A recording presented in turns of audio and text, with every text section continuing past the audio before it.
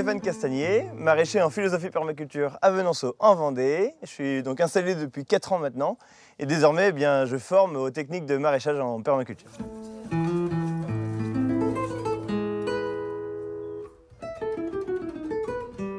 Le gingembre, on a commencé à le récolter maintenant depuis septembre à peu près. Vous allez pouvoir l'arracher comme ça directement, mais quand on l'arrache, on voit qu'il peut en rester un peu. Là où d'habitude on cultiverait que du gingembre, là il y a de la fève avec. Donc c'est bien d'être vigilant aux fèves au milieu. La fève c'est une légumineuse et c'est un fixateur d'azote. Et donc c'est une plante qui est juste magique parce qu'elle arrive à capter l'azote qui est disponible dans l'air et dans le sol. Et elle en fait des petites billes blanches. Et ces petites billes blanches après sont assimilables par les autres plantes. Comme ça on ne met pas d'engrais. Le fait d'avoir des planches permanentes, d'essayer d'avoir un sol couvert en permanence, et puis justement de ramener de la vigne, des citronniers par-ci par-là.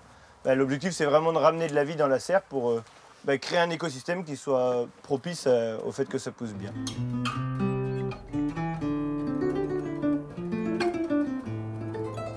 Si moi j'avais un peu une définition de la permaculture, c'est que pour moi c'est vraiment une éthique de vie. Et donc les grands principes qu'on applique, c'est prendre soin de l'homme, prendre soin du sol, et redistribuer équitablement les surplus.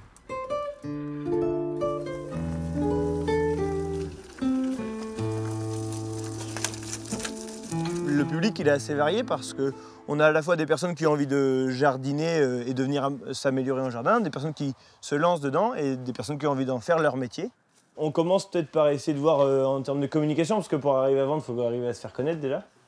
On a vraiment ce souci de transparence vis-à-vis des porteurs de projets qui veulent s'installer, de leur montrer à la fois la beauté de la chose et en même temps à quel point c'est complexe et à quel point c'est pas gagné d'y arriver, quoi. C'est vraiment avoir toutes les clés en main pour pouvoir se lancer. Donc nous, on préfère mettre sur un étal et que les gens choisissent. Ça permet vraiment de découvrir déjà en plus grande quantité. Parce que voilà, avoir un potager familial ou le faire pour plus de 100 personnes, c'est complètement différent. Je recherchais cette formation en fait, vraiment, c'était quelque chose qui me tenait à cœur et c'est pas facile à trouver quand on fait des recherches sur internet ou autre.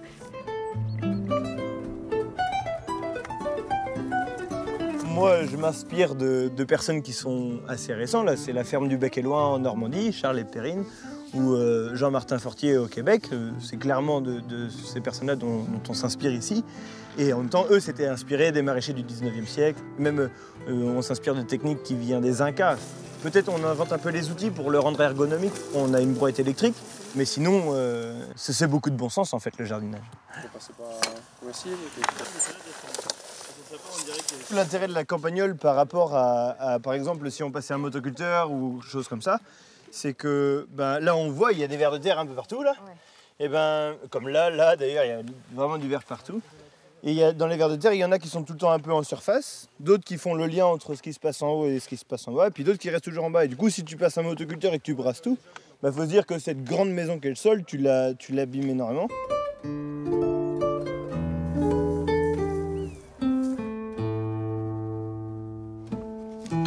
Stéphane, on retrouve toutes les informations sur votre site internet. Vous proposez des stages de 3 à 5 jours. Certains sont complets, d'autres pour lesquels il reste des places sont éligibles au compte personnel de formation. Merci beaucoup. Merci.